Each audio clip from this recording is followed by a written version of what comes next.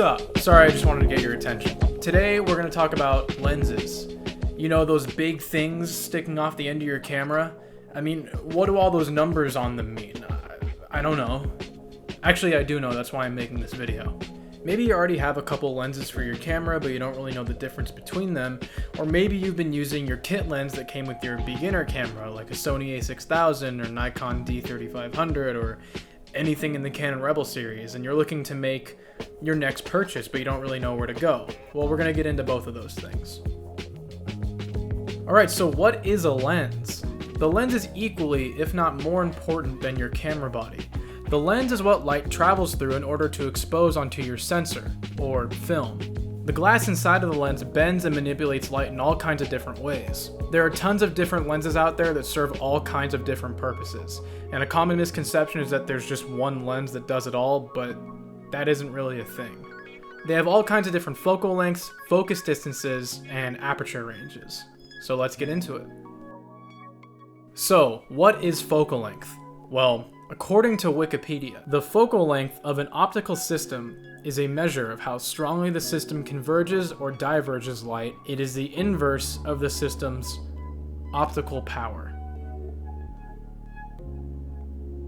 So in simpleton terms, so our little peanut brains can understand it, the focal length is essentially how close or far away you are from your subject. A lot of people will just call it the zoom. So for example, on a kit lens like what comes with a Canon Rebel, that zoom or focal length will be variable. Most of those are an 18 to 55. You know it's a lens that can zoom if it has a little hyphen there. You can go from 18 all the way up to 55. And those numbers are represented by millimeters, which is how many millimeters away the glass in the lens is away from your sensor. So for example, I have a Tamron 28-300 zoom lens on this old Canon Rebel. So 28, 300. So the smaller that number on your focal length, the wider your picture is going to be. The higher that number is, the closer or more zoomed in or tighter your picture is going to be. For example, the camera I'm shooting with right now, the lens I have on it is a 24 to 70 millimeter lens. So here I am at 24 millimeters, as wide as this lens can go, and it's pretty wide. You can see everything around me. You can see the shadows that I don't want to have in the video. You can see my Gatorade that I don't want in the video. You can see my phone that I'm reading off of that I also don't want you to see in the video. Much wider frame. Here I am at 50 millimeters on the lens, which is about a little more than halfway through this range. This is often referred to as standard. And then here I am at 70 millimeters, very up close and personal. You're probably feeling a little uncomfortable right now. And here I am back. I usually shoot my videos around 45 to 50 millimeters, depending on certain conditions, etc. So for all three of those focal lengths, my camera was in the exact same position. All I did was zoom my lens in and out. So like I said before, 50 millimeters is referred to as standard, 35 millimeters or below is wide angle, 70 millimeters and above is where you're getting into telephoto or zoom range. A lot of professional portrait photographers will use like 85 millimeter focal length lenses or like 105, because another thing to remember about focal length, and this is if you're shooting photos of people or animals, is that they can distort faces and how you look. You don't want to be all the way up close at 24 millimeters. It's going to look really weird. Actually, let me show you. So here I am all the way up to my camera at 24 millimeters. This is actually probably the shot that's making you the most uncomfortable, right? You see how stupid I look? You wouldn't want to shoot a portrait like this, or even like this. This doesn't look very good either. So that first number on your lens represents focal length. The bigger the number, the more zoomed in your photo can be. Simple concept. Some lenses can zoom in and out. They're referred to as zoom lenses. Other lenses can't. Those are prime lenses. And now you're probably asking yourself, why would I want a lens that can't zoom in or out? Like, if I can buy a zoom lens, why would the other thing even exist? Well, I'm glad you asked. This is a perfect segue into our next segment, aperture. So on most lenses, the number next to your focal length, whether it be before or after it, is going to represent the widest aperture your lens can go to. This 24 to 70 millimeter lens I'm shooting with is an f2.8, meaning the widest that hole in the lens can open, the aperture, is a 2.8. You can't go any lower. So your range for your aperture is 2.8 all the way up to f22. The smaller your f number, the wider your aperture in your lens can open up to let in more light. So not only does this mean that more light is being let into your lens for easier shooting in low light scenarios, but you also get much shallower depth of field at lower apertures. So what really does that mean? So for this example, we're going to compare two lenses here. So this is my old Minolta film lens with an adapter on the end that adapts it over to Leica's L mount, which is shared with the camera I'm using right now, the Panasonic Lumix S1R. This is a 50mm 1.4 lens. So based on what I said earlier, we know that the focal length is 50mm. There's no hyphen, so you can't zoom in or out, you're just stuck at 50. If you want to get closer to your subject, you have to actually walk closer to it. If you want to get farther away, you're going to have to back up.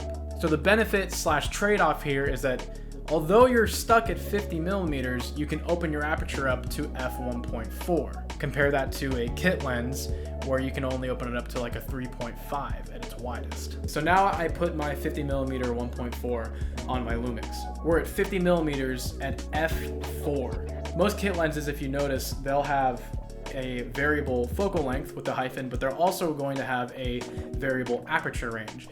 I'm going to go with the Canon Rebel kit lenses here. These are 18 to 55, f3.5 to f6.3, I believe. So that hyphen on the aperture means when you're zoomed out at 18mm, you can be as wide open as a 3.5. But when you zoom all the way out to 55mm, you can only be as wide open as a 6.3. If you're shooting at 50mm, like right here, you're only going to be able to open up to a 6.3, which is a very, very slow or high number aperture. So the benefit here is that you can open all the way up to f1.4, which will bring in more light and more depth of field.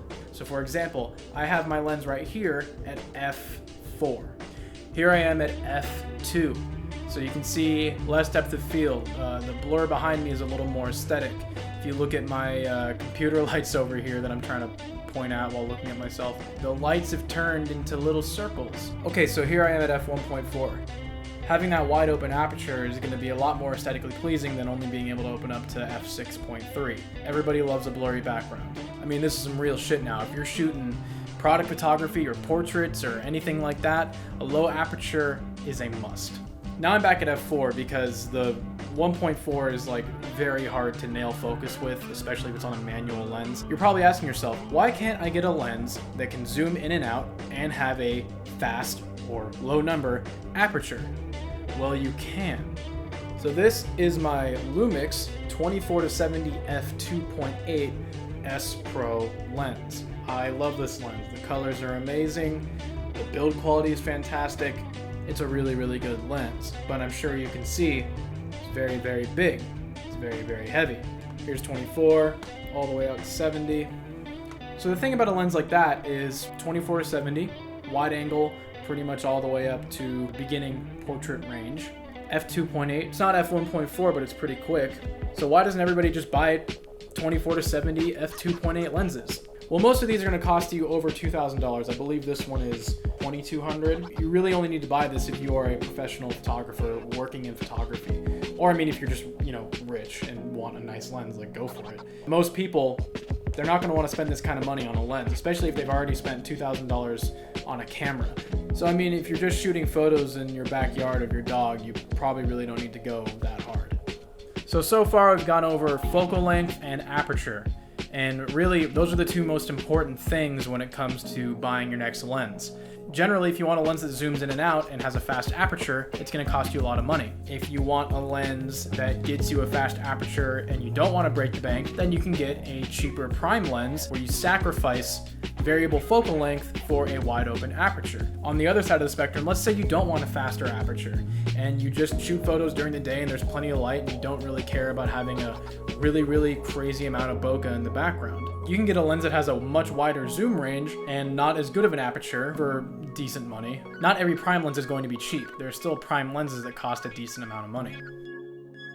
So, Canon, Nikon, and Sony all have what everyone calls their nifty 50s. They're 50mm f1.8 lenses that are very inexpensive. So let's take the Sony one for example, the 50mm f1.8. I think it's like $250 or around there. 50mm prime, f1.8. Good combo. What else do you need? Not much. So if that exists, why would you spend more money on a prime lens that does effectively the same thing, like the Zeiss 55mm 1.8? Same aperture, it's a little closer at 55 millimeters. It's a little bigger, and there's a pretty big cost difference. Well, first off, it's a Zeiss lens. The build quality is far superior versus Sony's just base level lenses. The glass is sharper, the colors are better, it focuses faster, and in just the simplest of terms, it is a far better constructed lens. Same thing with Canon's nifty 50. Their 50mm f1.8 is $125. You can get great photos out of that too at f1.8, really nice portraits, night photography, all that stuff. 125 bucks. Easy. Compare that to their highest end 50mm, the 50mm f1.2. Very big price difference there. But what are you getting? Obviously, you can open up the aperture to f1.2, which is really wide. You can get fantastic portraits out of this lens. It's a beautiful lens. But on top of that, it's also made using Canon's highest quality materials. So again, better glass, better colors, better focusing, and in the end, better photos right off the bat. So basically the message I'm trying to say here is that there are different tiers of lenses throughout the brands. Like you have Sony's base level Sony lenses, and then Zeiss and G, and then G Master at the top. Canon, you have Canon's silver, which are at the bottom, gold, which are in the middle, and then red, like that 50mm 1.2. The red, it's not actually called red, it's called luxury. There's a little L on the side. Literally stands for luxury series.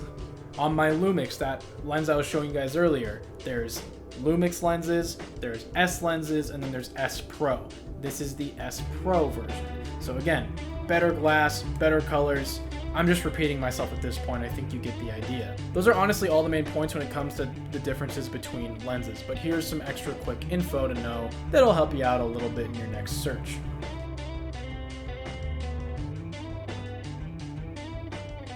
Some lenses will have a little number on the edge with a circle and a line through it. That's going to be the diameter of the lens. That's like if you lose your lens cap and want to replace it, or you want to get a filter like a UV filter, an ND filter, or a polarizer. Like on my Zeiss 35mm 2.8, I have a UV filter here that'll screw right on. Just give me a minute here. Just give me a minute. So it screws and fits on perfectly. And that's just there to protect the lens in case I hit it against something or something like that. Also, there are different types of lenses engineered for different types of camera sensor sizes. If you have a Canon Rebel, your kit lens that came with it was developed for an APS-C or crop sensor. Chances are, if you're buying a newer lens, it's probably going to be full frame. I won't really get into too much detail about this because it's more about the sensor, and I do go into detail about this in another video where I explain sensor sizes, which you should know about. So in fact, I'm going to throw it up right here. That'll give you a little more insight on what the sensor in the camera does and how it also relates to what lens you should get and things like that.